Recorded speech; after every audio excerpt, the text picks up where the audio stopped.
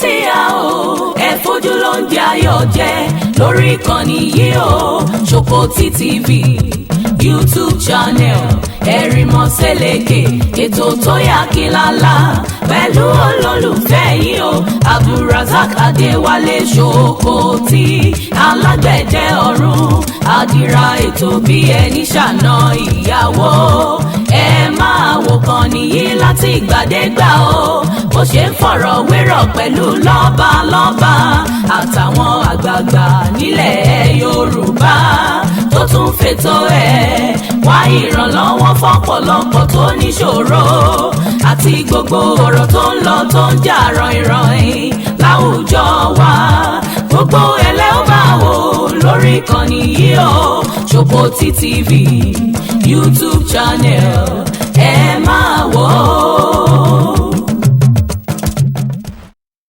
Ẹgbẹ́ ìdí tí gómìnà Seyi Makinde fi declare COVID ní ìtọ́lọ́sí òjì kí orí ìsàlẹ̀ ìgbòho lè wọnú nọ́pà kí wọ́n ṣe ti ṣe èkó lẹ́nu. Internal security of their state. Barely a week ago, I had cause to call out members of the press who were allowing themselves to be used to stoke ethnic tensions among the good people of Oyo State. There have been stories in the press targeted at exaggerating the security situation in the state.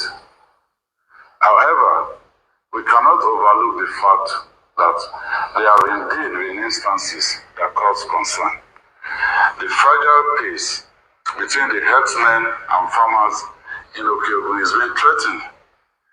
Individuals who are not authorized are going around chasing people from their homes and causing mayhem. This assault on residents of Oyo State is not the way to further the Yoruba cause.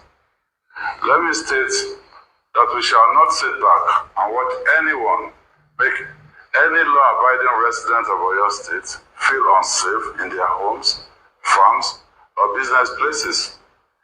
We are aware of some people circulating flyers and giving people ultimatums to leave their land. This is totally unacceptable and will not be condoned.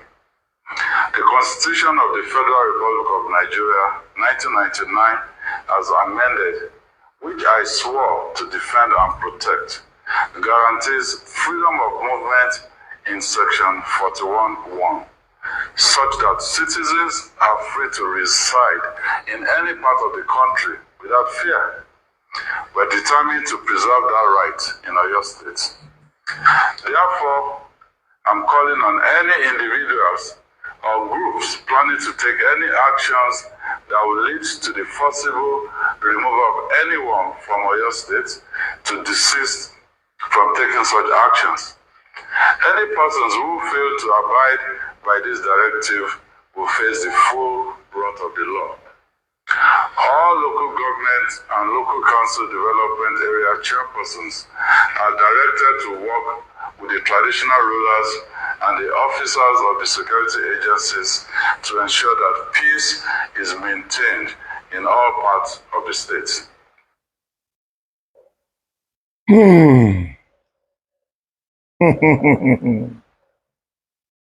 Seyi Makinde, Engineer Seyi Makinde, inú mi dùn gan wípé tí alágbẹ̀dẹ bá ń lu irin lójú kan tí ò dákẹ́ ó ní tó fẹ́ gbà lọ́wọ́ orin yẹn ni. Mo ti ń pariwo Engineer Seyi Makinde fún yín ọjọ́ ti pẹ́. Síbẹ̀síbẹ̀ àwọn kan náà máa tún yín mú ni àwọn tán ẹ̀yin ò wá ní mọ̀ pé àwọn tán ń rí jẹ lára rẹ̀ nìyẹn. Kò sí béèyàn ṣe lè ya wèrè tó tí ò ní sẹ́nì kankan tí ń jẹ lára ẹ̀. Kò sí. Bọ́jẹ́ àwọn tí ọmọ sọ pé wo bá dúró bí ẹ̀mọ́ bá wò bọ́ ìbéèrè bá ti mú ẹ jẹ́ kí n mọ̀ yóò máa tọ́jú àwọn yẹn. So ẹ dákun torí Ọlọ́run ẹ wo ọ̀rọ̀ tí Engineer Seyi Makinde sọ. Kò sí ẹni tí àfi ọ̀dẹ̀ ọmọ Yorùbá ni ò ní mọ̀ pé Sunday Igboho ni ó ń rí fáàsì. bọ̀ ó yà mí lẹ́nu kí ló dé kúkú lè dárúkọ Sunday Igboho ṣẹ́rù ń bà ẹ́ ni ṣẹ́rù ń bà Ṣèyí Mákindé tí òkú lè dákọ pé Sunday Igboho. Now ó dẹ̀ ń try láti wé nǹkan mọ́ ẹsẹ̀ Sunday Igboho ó try láti wé ìgbà tí èèyàn fẹ́ wé tó mọ́yàn lẹ́sẹ̀ ni tó ń sọ yẹn náà. Tá a bá sọ̀rọ̀ pé Ṣèyí Mákindé ọ̀dà apart from eléyìí tá a rí ní tó fi mí hàn yín wájú o ṣùgbọ́n màá kọ́kọ́ sọ̀rọ̀ díẹ̀ lórí ẹ̀ náà. Ẹ̀yin ọmọ káàárọ̀ oòjíire ẹ káàbọ̀ sórí ètò yìí ní gbogbo orígun mẹ́rẹ̀ẹ̀rin àgbáyé. Gbogbo yín lẹ ti rí nǹkan tí Ṣèyí Mákindé sọ. Gbogbo yín náà lẹ́dẹ̀ mọ̀ wípé Sunday Igboho ní ń bá wí. Now èyí tó ń dùn mí ń bẹ̀ ni pé nǹkan tí ò ṣe tẹ ọwọ́ afẹ́ máa hún mọ́ lẹ́sẹ̀. Ó fẹ́ máa hún mọ́ lẹ́sẹ̀. Ṣé káyé ó lè hate ẹ̀ ni àbí kí Yorùbá ó lè hate ẹ̀? Èyí tó sọ yé èdè òyìnbó ló fi sọ. Gbogbo àwọn Fúlàní náà ni wọ́n gbọ́ ohun tó sọ yìí wọ́n dẹ̀ mọ ẹni tó ń bá wí. So bí ìgbà tó ń fún Fúlàní ní go ahead láti máa dẹdẹ Sunday Igboho káàkiri bẹ́ẹ̀ ni tó sọ yìí rí. Wàláì bẹ́ẹ̀ lórí. Ẹ̀yin èèyàn mi mo sọ fún yín pé tí n bá fi ẹnu mi gé obì fún yín ẹ má jẹ tí n bá gé ẹran fún yín ẹ má jẹ bọ́ tí n bá fi sọ̀rọ̀ fún yín ẹ yiri ẹ wò ẹ ní gbọ́ ẹ lè gbọ́ ntẹ ẹ sáfẹ́ dá sí Sunday Igboho ìlọ́run ẹ sáfẹ́ dá sá ẹlòmíì á sọ̀rọ̀ tí ò dáa ṣùgbọ́n justification wà fún láti sọ eré ètèmi náà ń sọ yìí nísìn ẹ̀yin kan ẹ pẹ́ nífẹ̀ẹ́ Igboho tẹ́ẹ̀dẹ̀ nífẹ̀ẹ́ Igboho tó 10/100 ìbémi ṣe nífẹ̀ẹ́ ẹ̀yin wà lẹ́ nífẹ̀ẹ́ Igboho ẹ̀kẹ́ jáde kẹ́ ẹ̀ sọ̀rọ̀ ìyá bá ti jáde tẹ́ ẹ̀ sọ̀rọ̀ nípa Igboho ẹ̀ nífẹ̀ẹ́ Igboho nìyẹn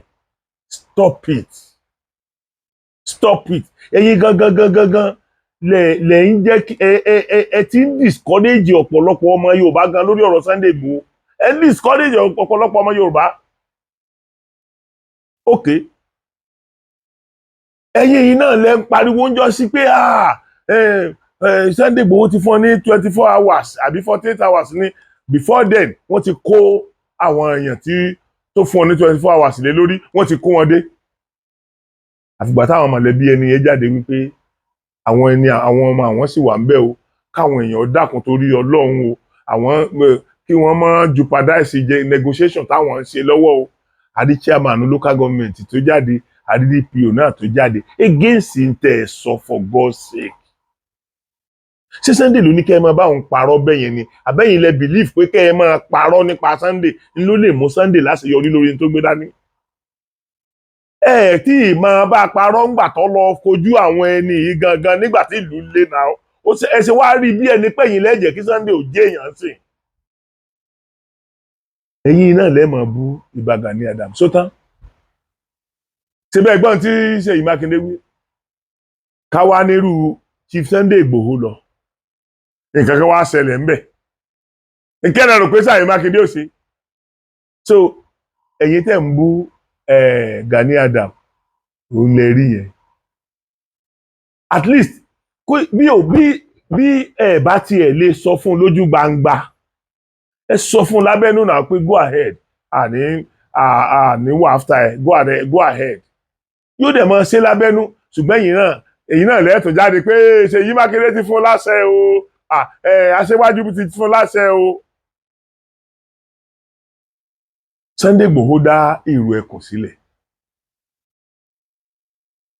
owó náà fìrà wá yúnífọ̀mù yẹn rẹpẹtẹ tó bá jẹ́ pé dídá tán dá ìrù ẹkùn sílẹ̀ nígbà tí Sunday Igboho ti jẹ́ ká mọ̀ wípé olórí orílẹ̀-èdè máa ń pa ẹ̀ bó tilẹ̀ jẹ́ pé àti ìrẹ́ nìkan kan kó sọ̀rọ̀ láti ọ̀dọ̀ olórí orílẹ̀-èdè ṣùgbọ́n ó possible ká mọ̀ rẹ̀ tí ó sọ̀rọ̀ bí irú eléyìí tí mo sọ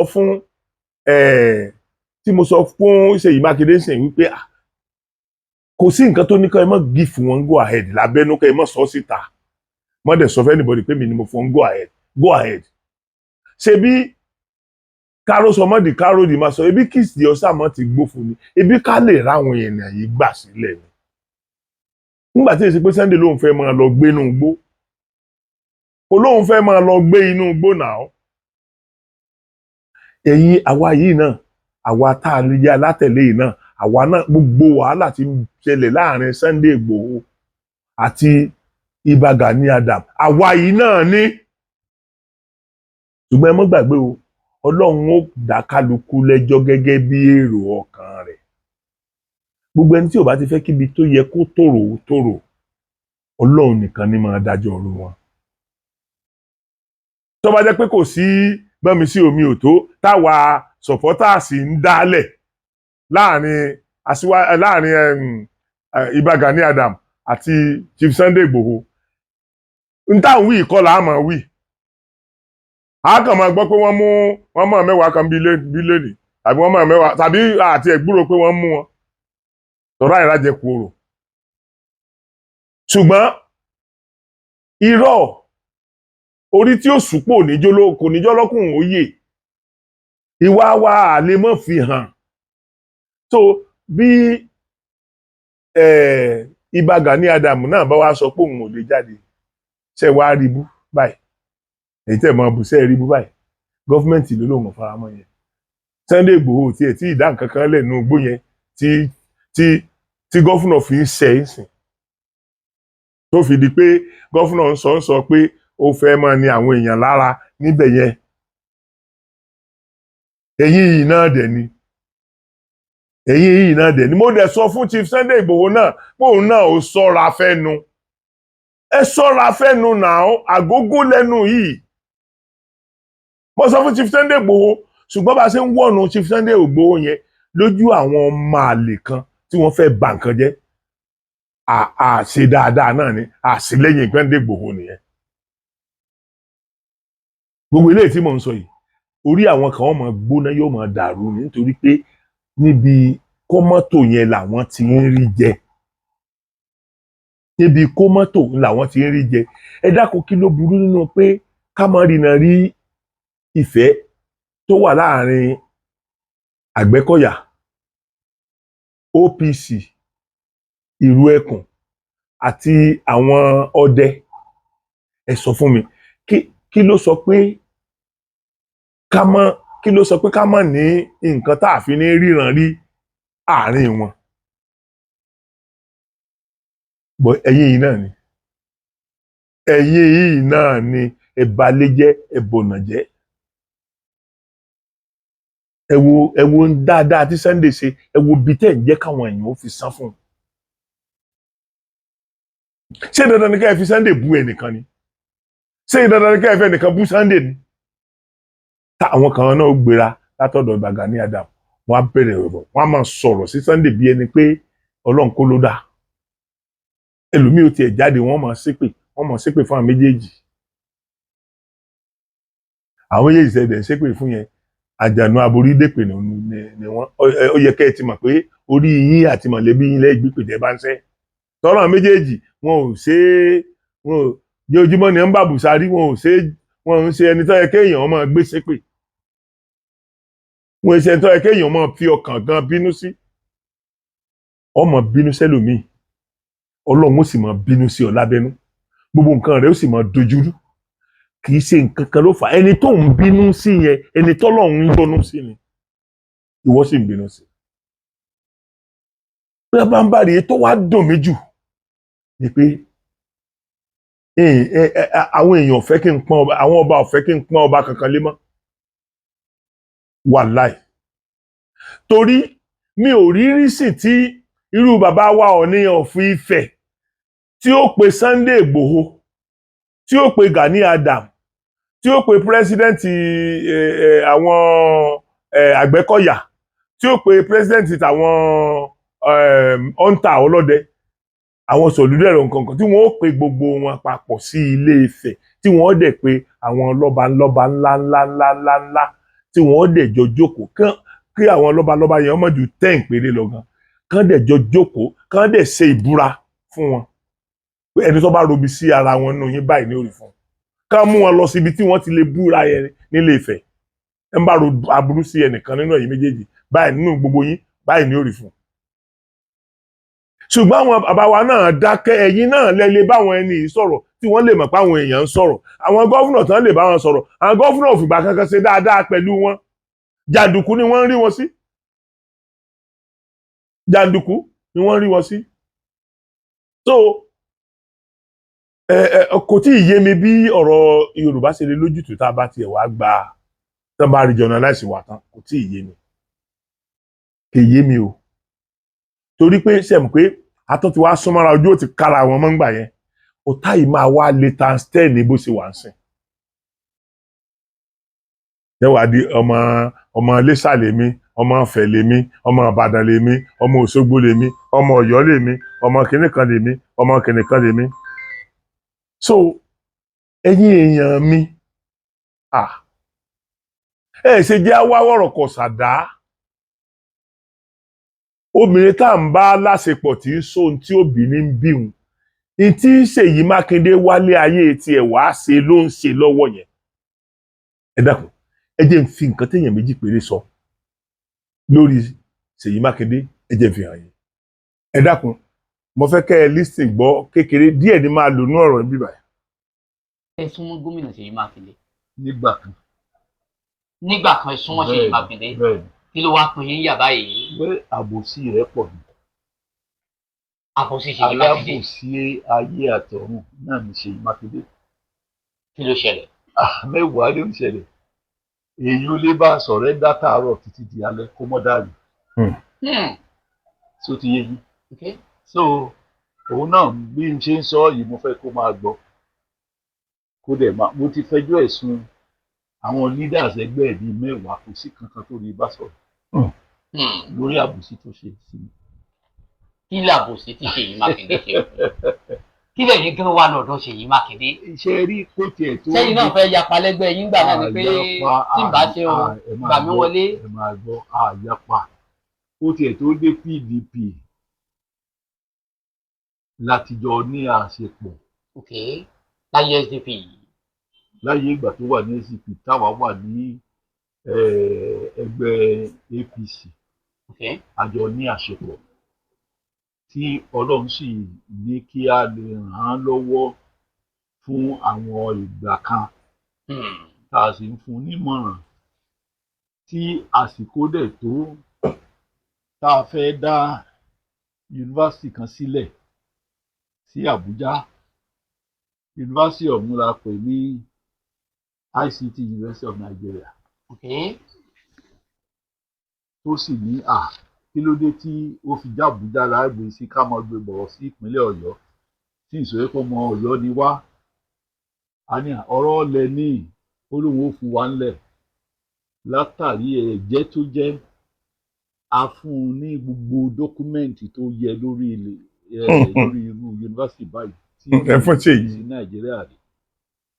Lẹ́yìn ìgbà tá a fún ìwé tá a kó fún tó fi hàn gbogbo àṣírí irú yunifásitì bẹ́ẹ̀ ó gbé ìwé náà lọ sí state exco wọn láti formulate ICT polytechnic sí Àjíà ìlú ẹni tá a ní kó tó lòun ó fún wa lẹ̀ lórí nǹkan kan instead kó fún wa lẹ̀ ó lọ ń gẹ́tì approval state exco.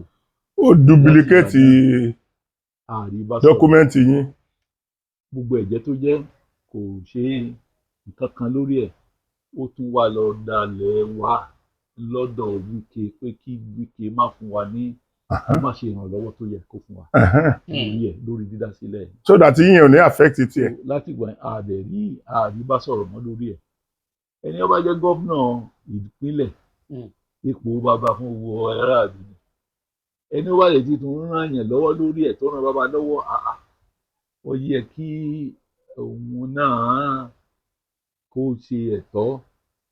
ẹ wo ẹ jẹ́ kí n ra stop yẹn síbẹ̀ yẹn bó tilẹ̀ jẹ́ pé bàbá tí wọ́n sọ̀rọ̀ náà gbogbo èyí tí wọ́n sọ yẹn ó lè jẹ́ òótọ́ o ṣùgbọ́n àwọn náà àwọn ni wọ́n láwọn ń gbé sẹ̀ríà pé sẹ̀ríà ló dáa jù àwọn náà fẹ́ ṣe gọ́fúnà ní Ọ̀yọ́ state wọ́n náà ń gbéṣẹ́ rí àbọ̀ gbogbo yín là á máa yọ àṣìṣe kálukú yín fún yín ìpàkọ́ onípàkọ́ láàárín ẹni ẹlẹ́ni ní rí tẹni bọ̀ ṣé ẹ gbọ́ ìwà ọ̀dàlẹ̀ tí Ṣèyí Mákindé hù ń bẹ̀ yẹn fẹ́ nìyẹn now kó tó wá ṣe ìyẹn nìkan màá fi kéékèèké bẹ́ẹ̀ yẹn ó yẹ kí n fi mẹ́ta hàn yín kí n tó wá conclude ni mo fẹ́ conclude lórí ìkíní ẹ má bínú ẹ má bínú ẹ má bínú ẹ má bínú Gómìnà Ṣèyí Mákindé. ẹ má bínú ẹ jẹ́ n ra wáì tí mo fẹ́ ẹ jẹ́ n wáì tí mo fẹ́ lò n fẹ́ kó jẹ́ pé ok ẹ jẹ́ n ra tún lo ti brọ́dà mi ẹ má gbọ́ o. Let's talk about Oyo today. I'll be reading on the news like every other person pé Ṣèyí Mákindé ó fẹ́ lọ sí DC ó lọ sí Minna ó ní mítí pẹ̀lú Àtíkù ó sọ fún Àtíkù pé tóun bá fẹ́ join ó máa fóun ní vice presidential slot, you know, then òun á drop 10 billion gbogbo ẹ̀ àti ń ka fact lálẹ́ àná Fáyọ̀ṣe ń threaten pé pẹ̀lú bí mídíà Àtíkù ṣe bóun sọ̀rọ̀ tí wọ́n bá retract ọ̀rọ̀ wọn òun máa padà wá ní after 48 hours òun á tún túṣu désàlẹ̀ kòkò with like the meeting and what took place at Minna ní ọ̀dọ̀ IBB. But that is not where I'm going. Where I'm going is Ṣèyí Mákindé. I don't know who is advising him. I don't know why he keep dipping himself. He keep, digging his political grave deeper.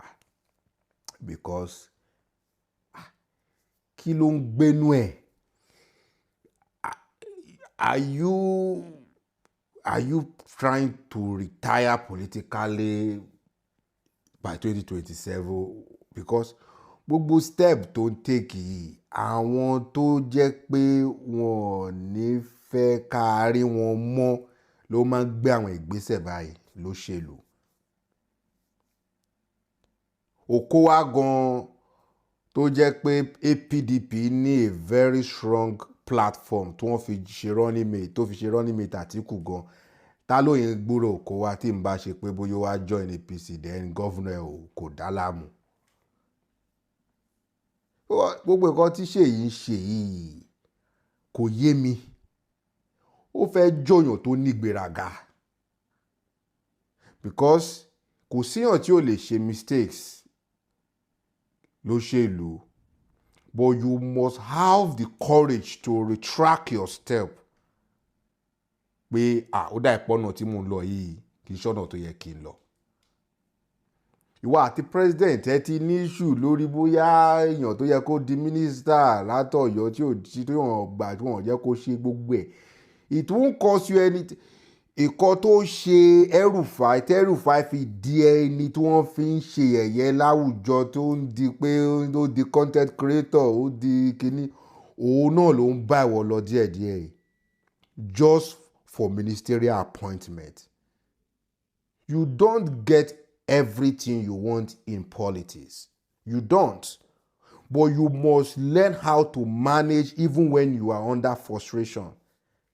In 2015, after immediately Buhari wọlé, some boys came up called themselves Abuja boys. To jẹ́ pé their primary aim was to reduce Asiwaju influence so that by 2023 they will have a better platform for them to move.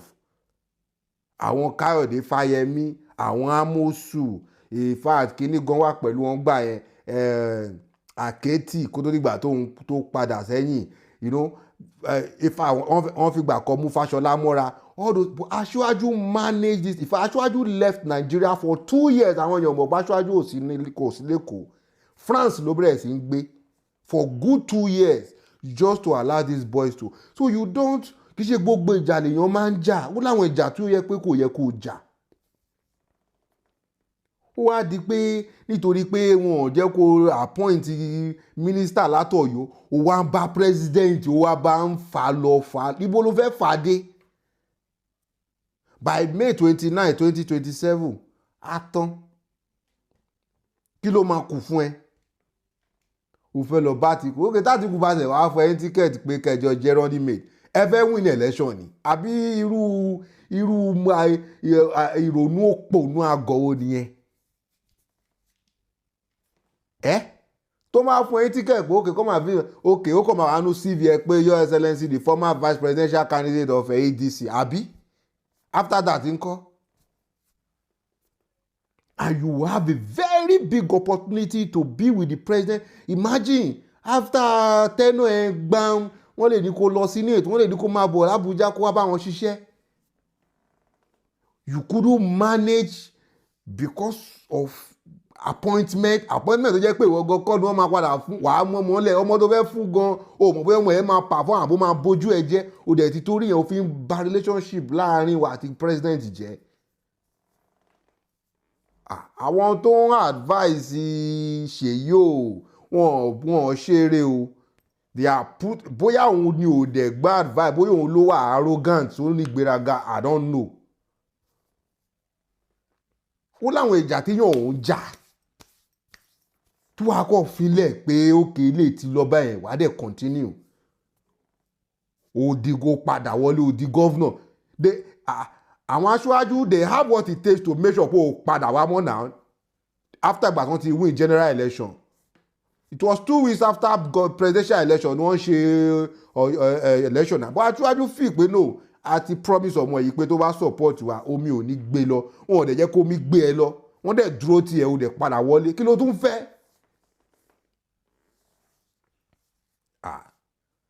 Anyways ADC tó bá fẹ́ máa lọ ó dábọ̀ o ṣùgbọ́n he will be one of the in fact you are already making a political mistakes and that will bury you totally.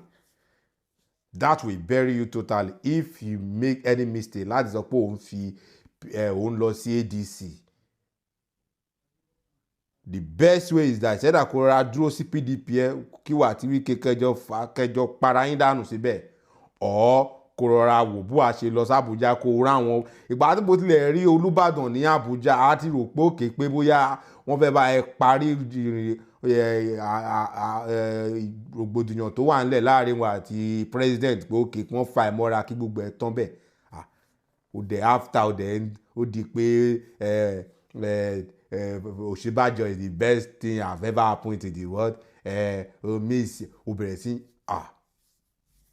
kò burú o àwọn máa wà bíbà ẹ̀ ojú wa ló máa ṣe gbogbo gudugudu ẹ̀ ibì kan ló máa já sí.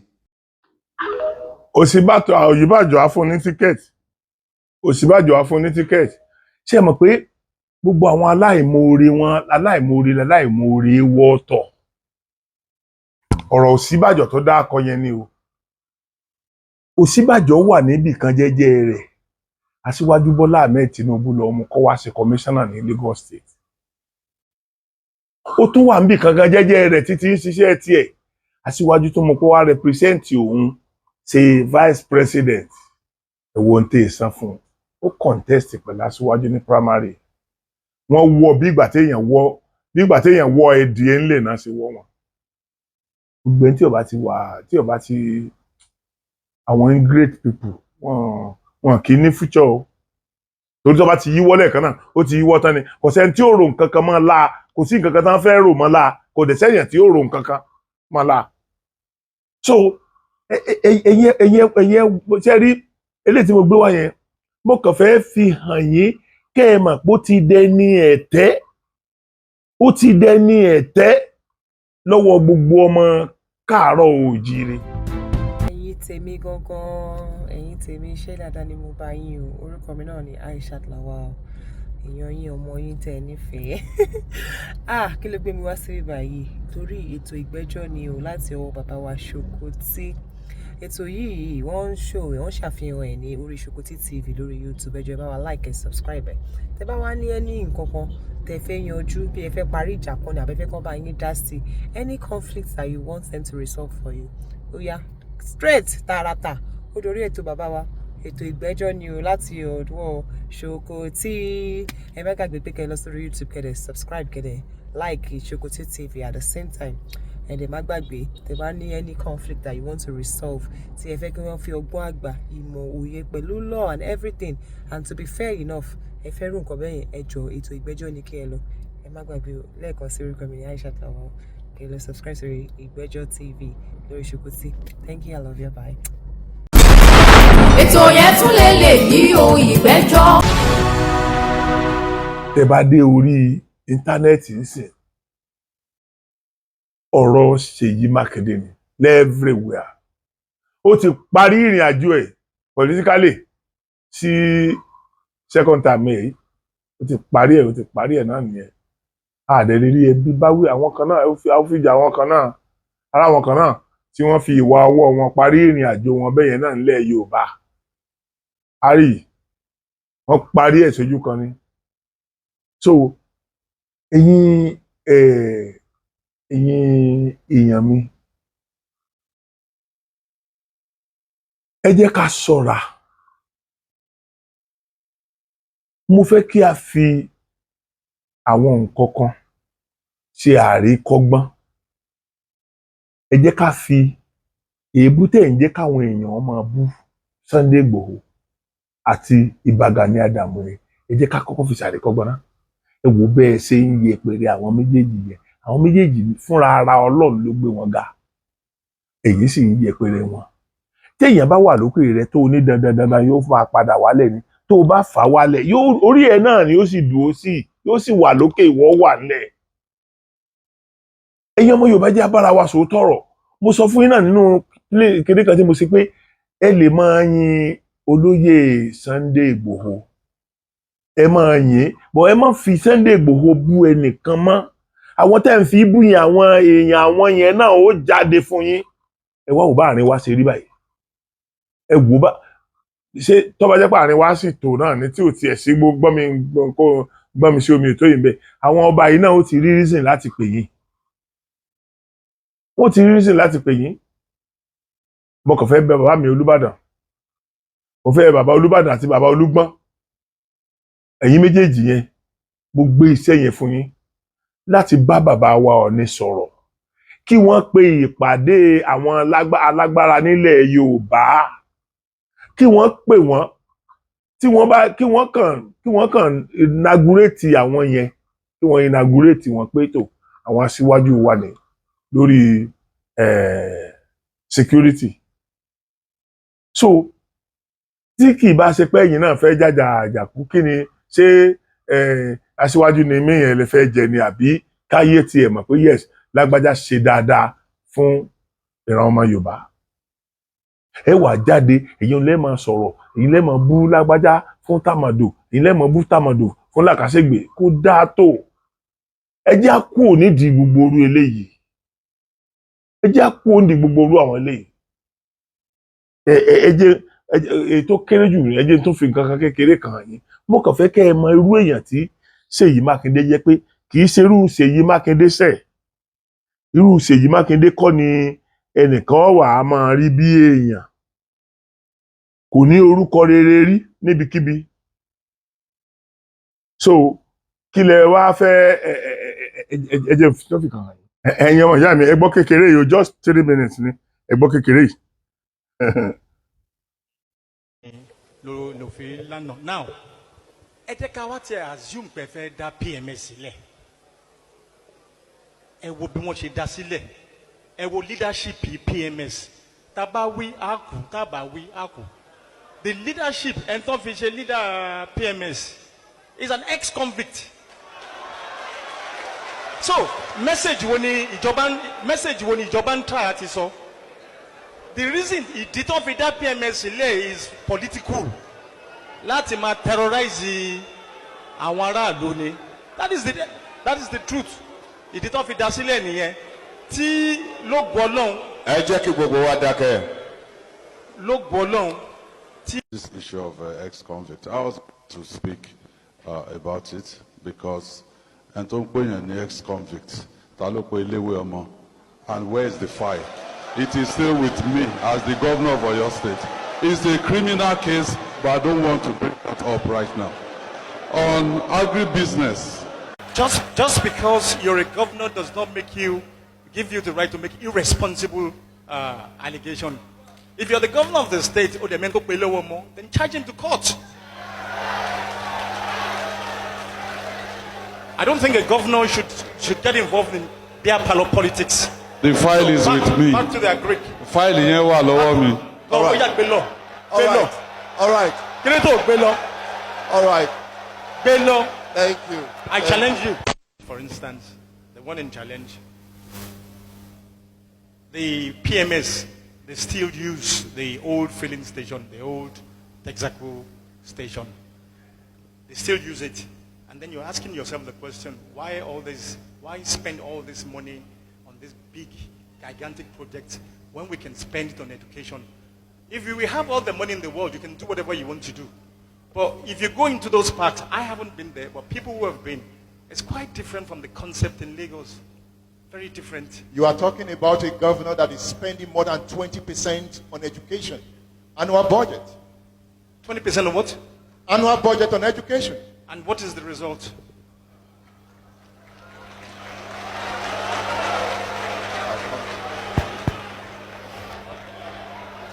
The result,